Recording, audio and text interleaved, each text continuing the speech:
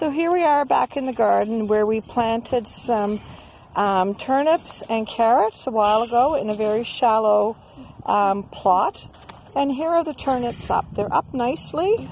As you can see, the whole bed was covered with some straw. And if you look really, really closely, you can see the tiny, tiny little plants here just starting to come up, and those are the carrots. There are 3 rows of carrots. And over here we have the peas. They're well up. They've been up for over a week and they're doing just beautifully. And this bed was planted with some kale, and that's what's in the first row. They're just starting to show up.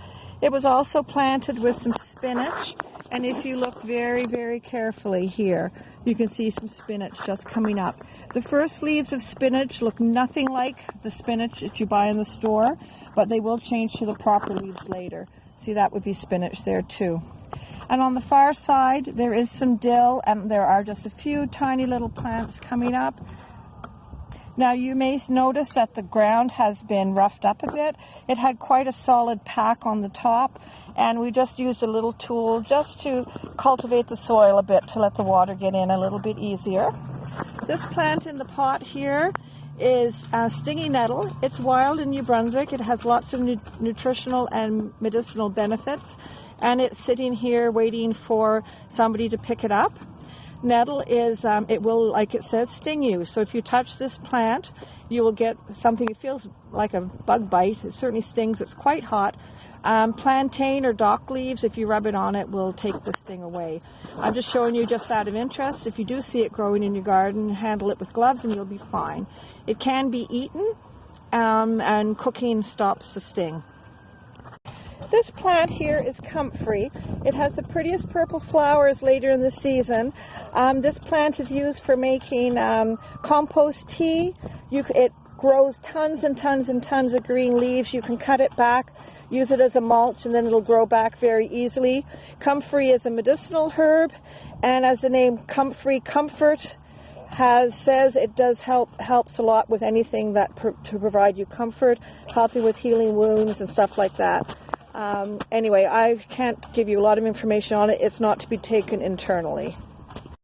Weeks ago, we videotaped this plot, and there's the parsley starting to grow. You can see some lovely leaves just starting to come there, and those will be edible soon. This plant should go to seed this year, and we'll be able to collect seeds. And the chive plant is growing beautifully. You can eat these chives just as they are. It will eventually start making flowers, and these flowers can be eaten. They can be made into vinegar. You can take there's a flower showing up right there. You can take the flower, put it in vinegar or oil, and it'll give you a lovely lemony, oniony vinegar or oil for cooking.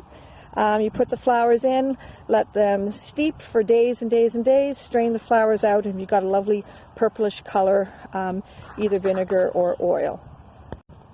Around the same time as I videotaped the parsley, this plot was planted with these onions, and these were onion sets, so they look like tiny little baby onions, and you can see they're growing very nicely, along with a lovely tulip who's just about to come into flower.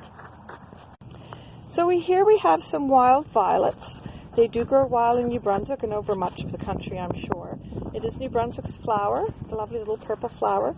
The flower can be eaten just as they are. They're a little bit sweet. You can also use the flowers and the leaves. You can eat them, and they have lots of medicinal qualities. I have just collected a whole bunch of violet flowers. I've put them in, I washed them, put them in boiled water, just boiled water, and I'm going to make a syrup out of them to help with coughs and colds using honey. The other plants you see here are dandelions. Dandelion leaves can be eaten raw, like a salad, at this time of year in the spring. When the plant leaves get old, they tend to be bitter, but when they're young and fresh, they're lovely. The flowers can be just like straw, but they certainly can be eaten. The flowers can also be collected, and leaves can be collected and dehydrated and used to make tea. The other plant that's growing here are wild strawberries. You can see the little white flowers there, and they will produce their little strawberries long before the cultivated strawberries do, because you can see these are already in flower. And one more thing to mention about the dandelion, when you do dig up the dandelions and you get the roots, you can actually take the roots, dehydrate them, and the root can be used to make tea. If you take it and you roast it in the oven, you can actually use it to make a coffee substitute or mix it with coffee, like ground coffee grounds to make a half dandelion root, half ground coffee.